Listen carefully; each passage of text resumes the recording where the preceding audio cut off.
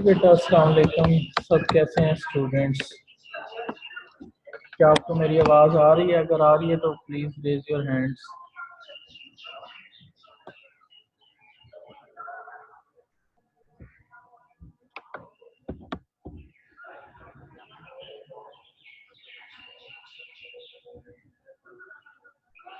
Okay.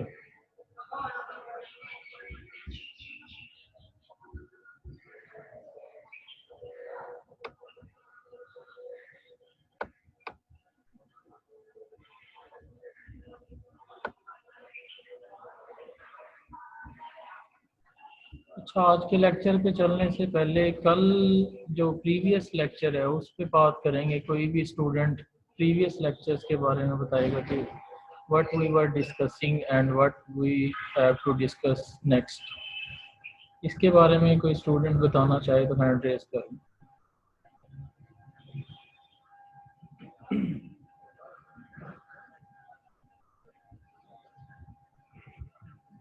कोई भी student बताना चाहे।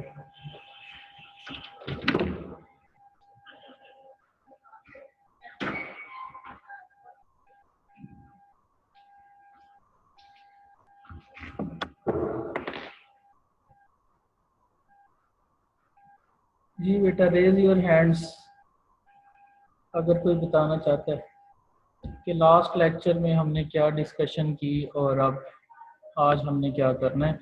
Now we have just 35 participants. 4:15 हो रहे हैं, अभी तक 35 पार्टिसिपेंट्स हैं और यही पार्टिसिपेंट्स जो हो जाते हैं 77 इन द अटेंडेंस टाइम। ये क्या माजरा क्या है? सीआर और जीआर बताएंगे ये मामला क्या है सारा। मैंने कहा अटेंडेंस का कोई मतलब नहीं है इतना।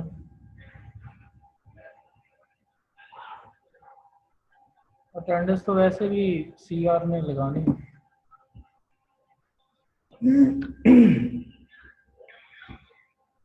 जी, सीआर और जीआर मौजूद हैं इस ग्रुप में, तो हैंड रेज करेंगे।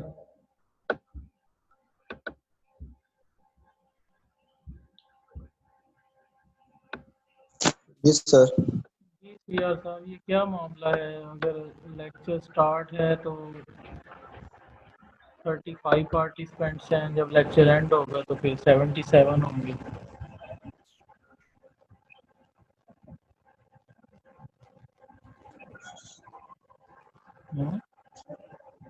पता नहीं सर, आपके सामने ही है। तो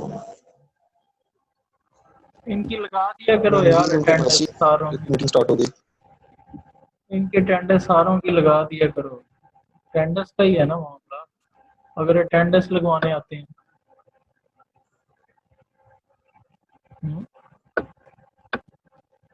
क्या ख्याल है?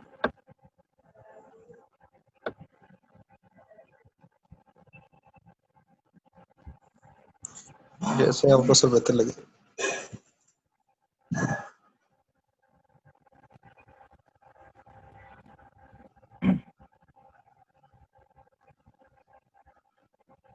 अच्छा, ये फीसों वाला क्या मामला है? ये भी बड़ा बर्निंग इशू बना हुआ है। कौन कौन है जो आपकी क्लास में फीसें नहीं पे कर रहे? आपके पास है लिस्ट? कौन सी है आपके पास?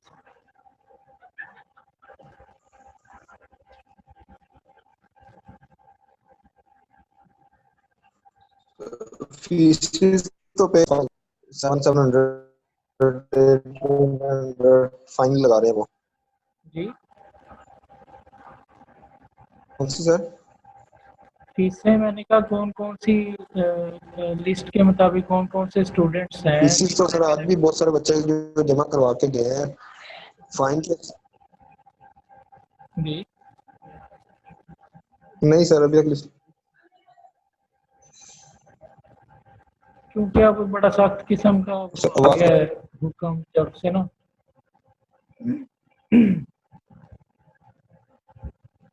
कि जो स्टूडेंट मिड से पहले पहले नहीं करवाएगा फीस पे और वाचर नहीं सबमिट करवाएगा, उसको पैरामिड में बैठने ही नहीं दिया जाएगा। इस तरह की सूरत हाल है। और मिड टर्म का कोई पेपर अगर दे भी देते हैं ऑनलाइन तो वो कहते हैं उसका मार्क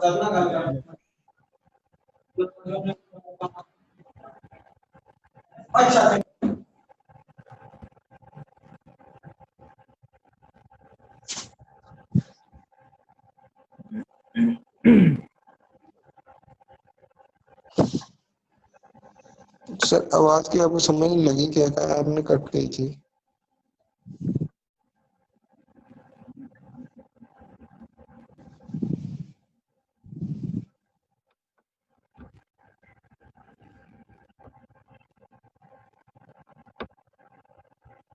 हैंड रेज करें दोबारा से यार, मैं आपको अनम्यूट करता हूँ।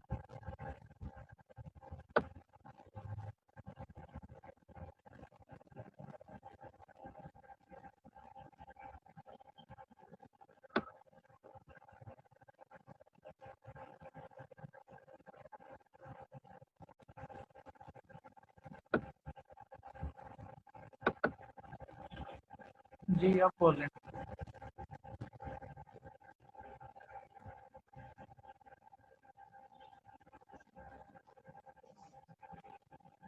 जी सर।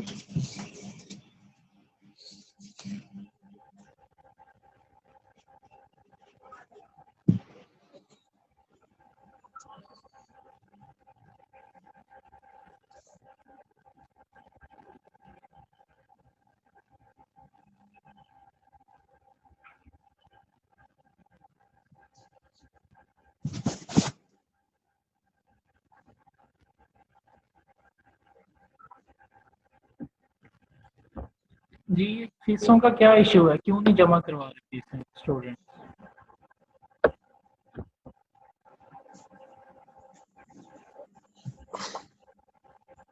सर फीसेस मैंने कहा पे कर दिए हैं, कर रहे हैं अभी भी, बच्चे हैं काफी ने कर दिए, लेकिन वो फाइन साथ लगा रहे हैं काफी, 700-800।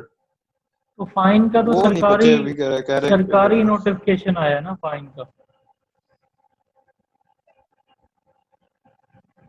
पहले नहीं हुआ करता था, आपको पता है, पहले तो सही। नहीं सर था ऐसा आगे कोई जो बच्चे लेटर। वो असल में ये था कि सर पहले जो लेटर बैच गुजरा है उनकी अभी तक फीस पे नहीं हुई।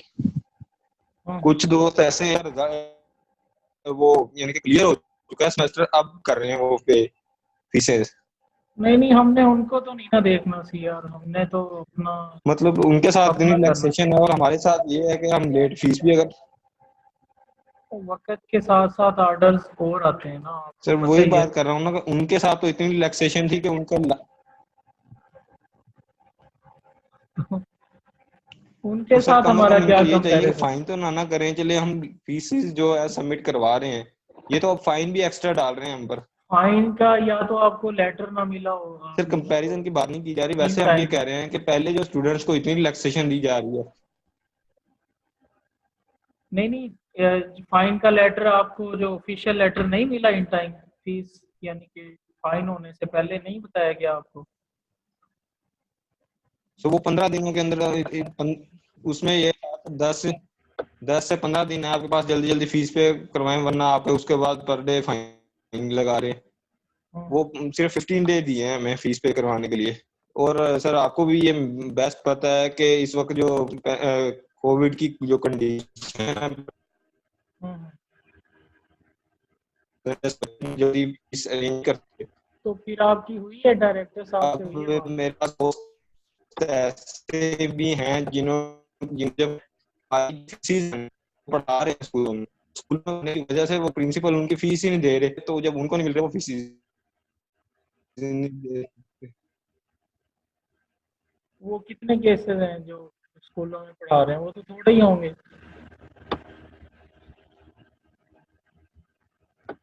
डायरेक्टर साहब से बात करते हैं, वो यही कहते हैं जनाब हम कुछ नहीं कर सकते, ये जनाब मेन के ऑर्डर्स हैं।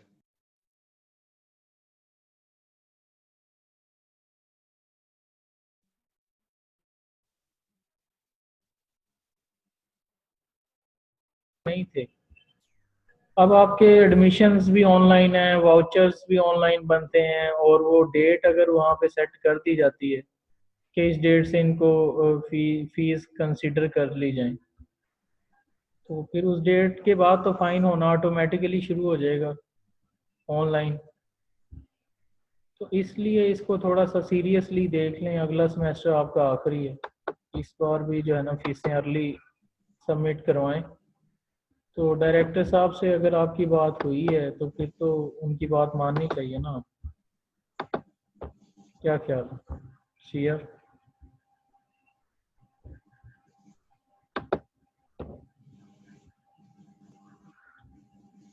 उनसे ये रिक्वेस्ट है हमारी कि कम से कम ये जो है फाइन डाल रहे हैं इसको कम किया जाए, ये ना डालें। हम कोशिश कर रहे हैं, बच्चे तकरीबन आज भी काफी बच्चों ने फी पे कर दी है। वो हमारी ऐसी कोई रीजन ही सुनने के लिए तैयार नहीं है कि हम जनाब ऐसा कुछ भी नहीं करेंगे। हालांकि ये सब इनके कंट्रोल में है मौजूद। देखो खुद आए जितना जितना डाल। बेटा अगर अगर फीस तो वोचर की बात की जाए तो फीस वोचर जो है 21 से लेके 9 सितंबर के 21 को इन्होंने वोचर जनाब वो निकाले हुए हैं। फाइन अच्छा जो है इन्होंने खुद डालना है, ये इनके कंट्रोल में है, ये कर सकते हैं कम, लेकिन जानबूझकर ये ज्यादा फाइन डाल रहे हैं। अच्छा, वो तो आप उनसे मिल सकते हैं, मतलब कलेक्टिवली मिल सकते हैं, वो एक अलग इशू है। पहले फीसेस तो जमा करवाएं ना, फीस के वाउचर ले लिए आप सबने? फीस तो मेरे ख्याल आपसे ज्यादा क्लासेस में जो आज भी मैं यूनिवर्सिटी गया, हम्म। जी सर वो ले लिए हैं। काफी ज्यादा तादाद आज भी यूनिवर्सिटी में मौजूद थी जो वो लेने के लिए आई हुई थी। अच्छा, आज वो तो यूनिवर्सिटी में था। अंदाजन अब कितने स्टूडेंट्स अपने रह गए, कोई आइडिया?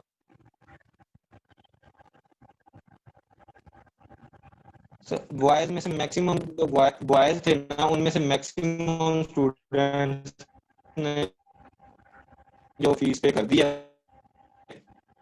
इसका अच्छा तरीका तो 27 यही था कि वोचर आप ले जाते, सारे आई वोचर थिंक पहले निकलवा स्ट्रेंथ है लें। जिसमें से 80 था जिन्होंने फीस पे कर दी है। गर्ल्स वोचर में से बंदा भी आज अपने काफी सेमेस्टर क्या ले ले फीस और बाद में पे कर दे। वोचर मुझे अगर लेट निकलवाएंगे उसमें से। नहीं दादा, लेकिन गर्ल्स जो है बुरे वास्ते इसमें आवाज़ के इश्यूज आ रहे हैं, आवाज़ नहीं ठीक से आ रही मुझे।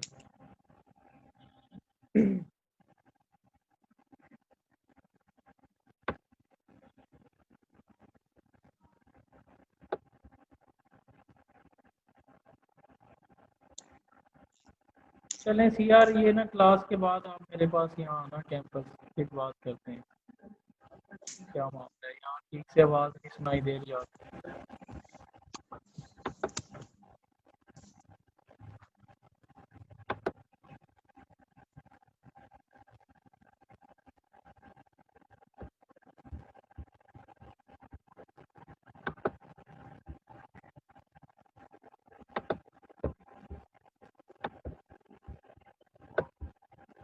अच्छा बेटा, तो बात कर रहे थे हम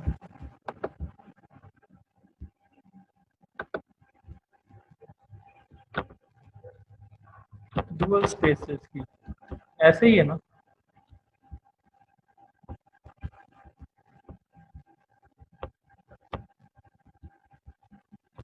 डुअल स्पेसेस की बात कर रहे थे, डायमेंशन ऑफ एक्स स्टेरिक या एक्स प्राइम भी हमने इसको कहा। और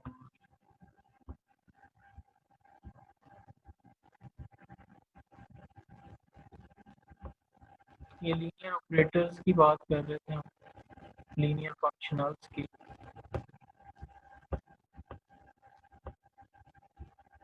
ये लीनियर फंक्शनल्स को देखा हमने। कैनोनिकल मैपिंग को भी आज हम दोबारा से देख लेते हैं।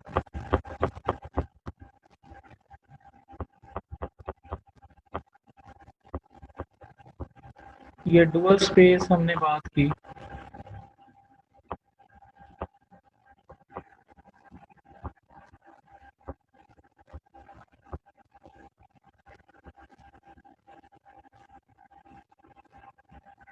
लीनियर फंक्शनल जो है वो कॉन्टिन्यूस कब होगा, जब वो बाउंडेड हो जाएगा, ये हमने चीज़ें डिस्कस की। नॉर्म को हमने फिर प्रूव किया कि लीनियर नहीं है।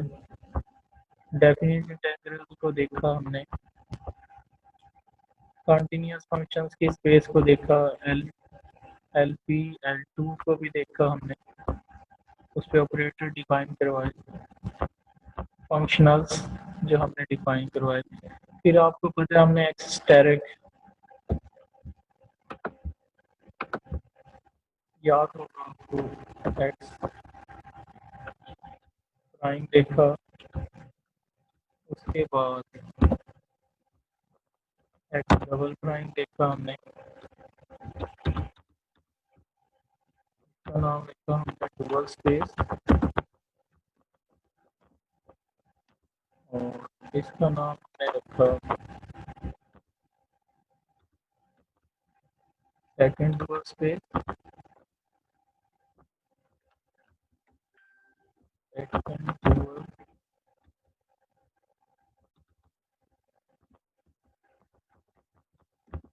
स्पेस।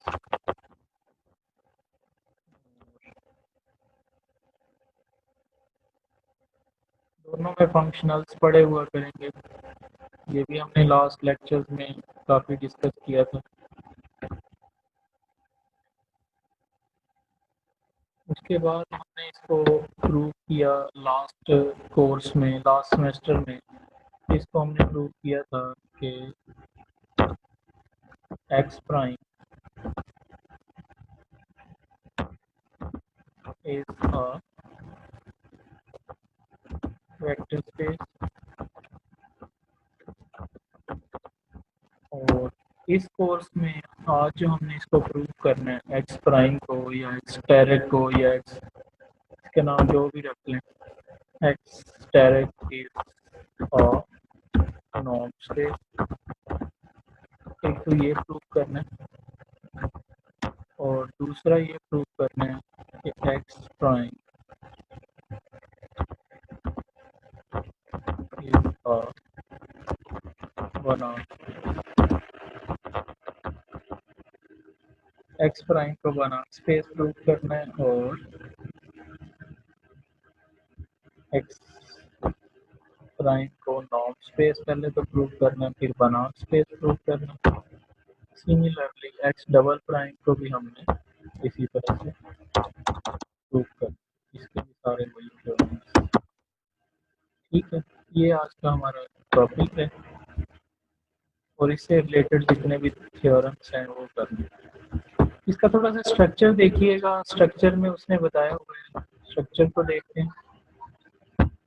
स्ट्रक्चर बड़ा मैटर करता है किसी भी सेट को वेक्टर स्पेस या नॉर्म स्पेस प्रूव करने में।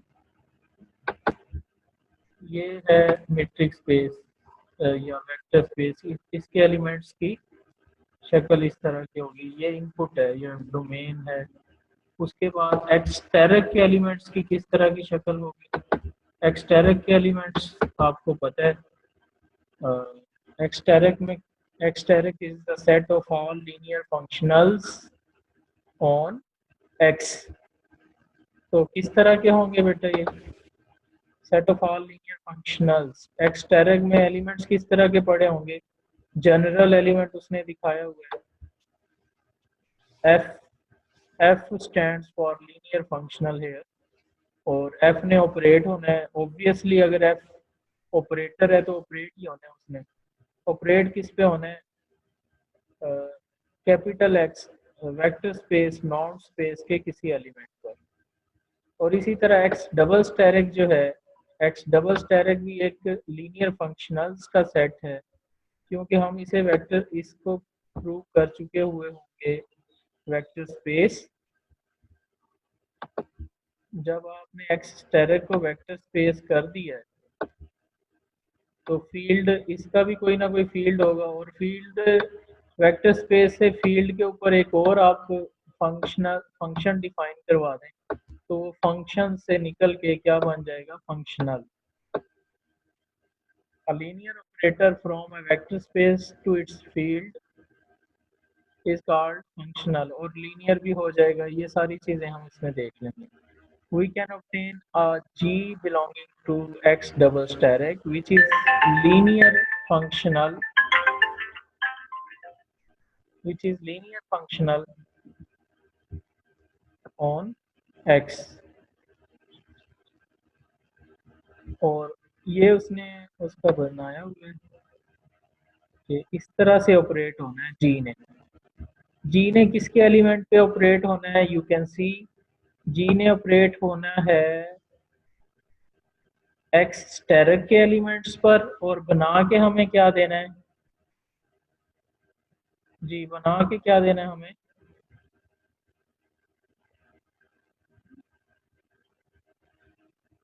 बना के हमें देंगे आर का एलिमेंट या आर और सी का element, because it is also a functional, the elements of X double prime are also functionals, may be operated on the elements of x steric will give us a real number or complex number।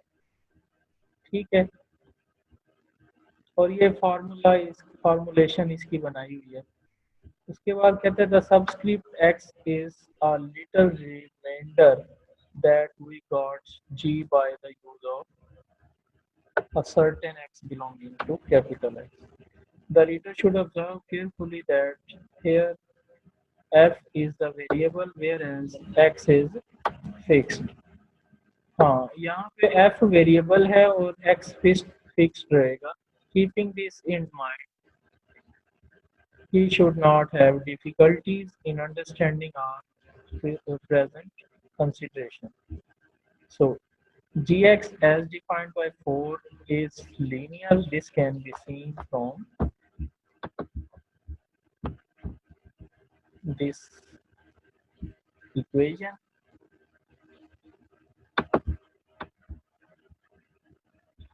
gx is operating on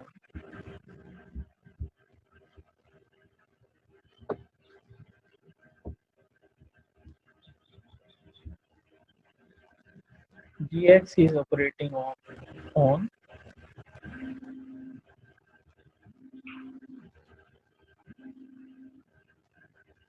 alpha f1 plus beta f2, उसको linear show करवा रहे हो, x double steric को linear show करवा रहे हैं उसके elements को, तो लीनियर तो ये हो जाएंगे। आज का जो अपना काम है हमने इनको, अच्छा फिर ये एक मैपिंग डिफाइन करवा रहे हैं, ऐसी मैपिंग जो कहाँ से कहाँ तक हो, किसी वेक्टर स्पेस से अपनी डुअल सेकंड डुअल स्पेस में एलिमेंट्स को लेके जा रहे हैं। अब किस तरह से लेके जा सकते हैं ये देखना होगा। कैनोनिकल मैपिंग की डेफिनेशन देखते हैं।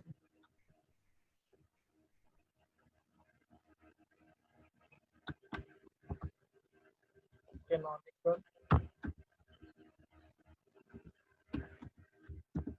मैपिंग,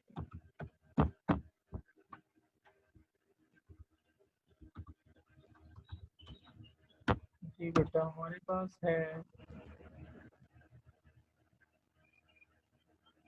एक non space,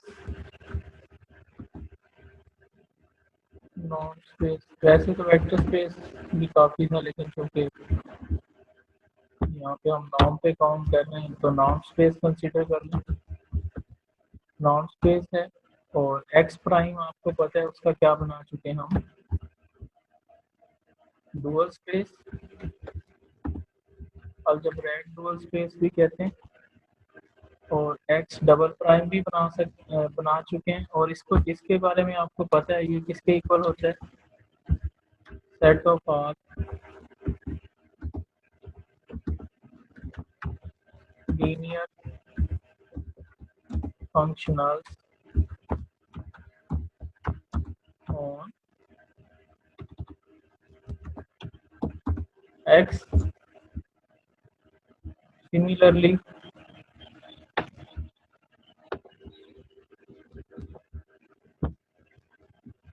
x double prime क्या था, X double prime was named as in the previous lecture the second dual space, इसके दो नाम थे, डुअल स्पेस ऑन, चलें पहले ये वाला नाम लिख लेते हैं, dual space on X asterisk X prime. दूसरा नाम क्या है, अगर एक्स की बात करेंगे, second dual space on X, और अगर इसकी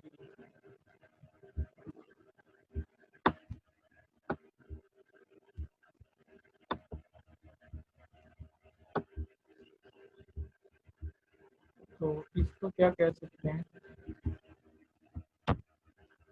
set of all linear functionals on X। तो कैनोनिकल मैपिंग हम डिफाइन करवाने जा रहे हैं। अब मैपिंग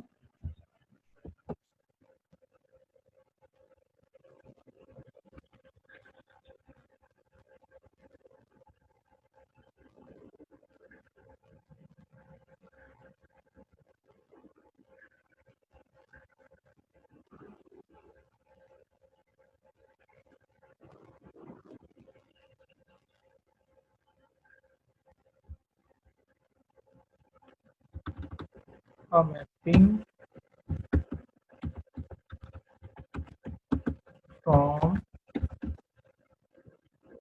वेक्टर स्पेस या non space X to X double prime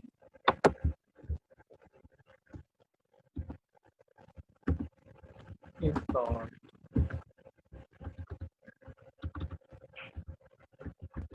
a canonical mapping.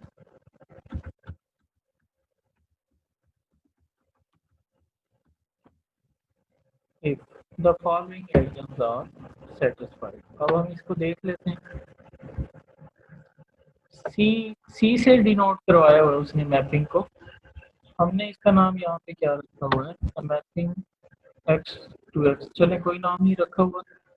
अच्छा, सी ऑपरेट होगी X के एलिमेंट्स पर और बना देगी उसको क्या, एक लीनियर ऑपरेटर। एलिमेंट्स इसको मिलेंगे और इसने बना के हमें क्या देना है, linear functionals, linear operators of X double prime. किस तरह से बना के देना है, ये उसने डिफाइन करवाया हुआ है। This defines to each X belonging to X there corresponds a GX belonging to X double prime. This defines a map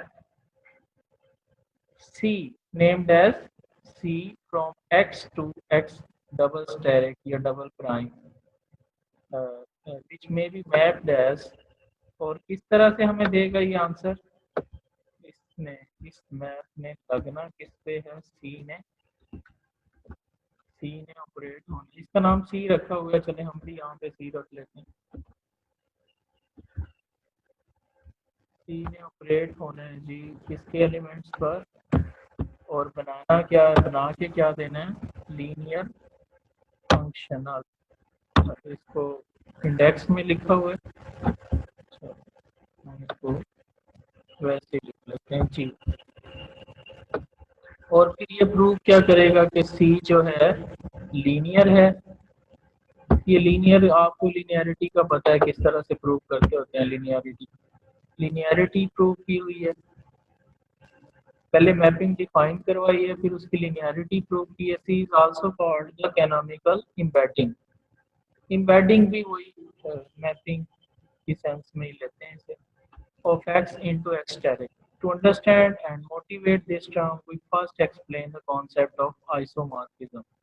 अब आइसोमॉर्फिज्म का कॉन्सेप्ट आपसे कोई इतना वो नहीं है टका चुका, आपने इसको बड़ी डिटेल्स भी किया था। चलें फिर भी हम आइसोमॉर्फिज्म की तरफ जाते हैं। आइसोमॉर्फिज्म क्या होती है, दो वेक्टर स्पेसेस के बिटवीन, दो नॉन स्पेसेस के बिटवीन, या दो ग्रुप्स के बिटवीन, या दो फील्ड्स के between. In our work, we are concerned with various spaces. Common to all of them is that they consist of a set, call it X, and structure defined on X. For a metric space, this is the metric. For a vector space, the two algebraic operations formed from the structure. And for a non-space, the structure consists of those two algebraic operations and the norm। अच्छा वो अब यहाँ पे isomorphism की definition करवाएगा। Accordingly, an isomorphism T of a metric space X onto a metric space X hat is a bijective mapping which preserves distance, that is all xy belonging to, ये है जी mapping isomorphism. It suggests the concept of an isomorphism. By definition, this is a bijective mapping on X onto X hat which preserves the structure. Structure same रहता है और operator operate होने के बाद भी structure क्या रहता है, सेम रहता है। तो इसको हम कहते हैं जी ये isomorphism. Then X hat is called isomorphic with capital X. This is nothing new to us, but merely another name for a bijective isometry as introduced in the definition 1.6. Now is the following. Now we define isomorphism. An isomorphism T of a vector space onto a vector space X hat over the same field is a bijective mapping which preserves two algebraic operations of vector space. Thus, for all xy belonging to capital X and scalars alpha, t of x plus y is equal to t of x plus t of y. आपको याद होगा ये linearity की definition है, ये भी linearity की definition है। बाइजेक्टिव हो और क्या हो, लीनियर हो, bijective linear mapping is called an isomorphism. बस ये इसकी डेफिनेशन। ऐसी मैपिंग जो एक नॉन स्पेस से दूसरे नॉन स्पेस में हो और लीनियर भी हो और बाइजेक्टिव भी हो, 1-1 भी हो, ऑन-टू भी हो, ऐसी मैपिंग को हम क्या कहेंगे, isomorphism between two vector spaces. Isomorphisms for non-spaces और वेक्टर स्पेस आइसोमॉर्फिज्म। कहते हैं यही डेफिनेशन लग जाएगी, जो वेक्टर स्पेस के लिए आपने लगाई है वही लगा लें नॉन स्पेस आइसोमॉर्फिज्म के लिए, which also preserve norms. Details follow in section 2.10 where we need such isomorphisms. At present, we can apply vector space isomorphism as follows. ये सारी, जहाँ तक मुझे लग रहा है, ये सारी चीजें हमने डिस्कस की हैं। चलें फिर भी देखते जाते हैं।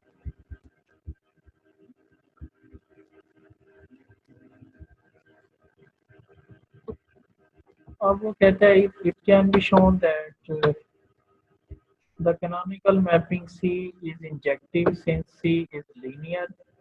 It is an isomorphism of X onto the range of X double prime.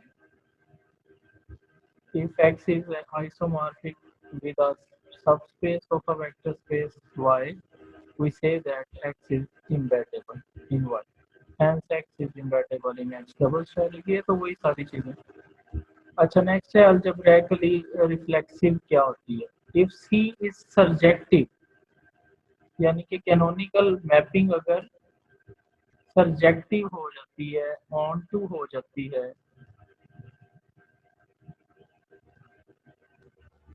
तो तब हम उसे क्या कहेंगे, so that range of C is exactly equal to, वही ऑन टू हो जाना, सारी की सारी रेंज किसके इक्वल आ जाना, सेकंड सेट के। Then X is said to be algebraically reflexive. अगर उस पर डिफाइन करवाई गई mapping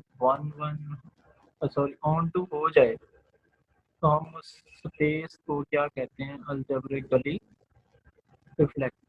We shall prove in the next section that if X is finite dimensional, then X is algebraically reflexive.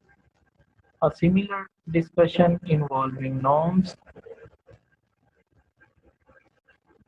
and leading to the concept of reflexivity of a norm space will be presented later after the development of suitable tools.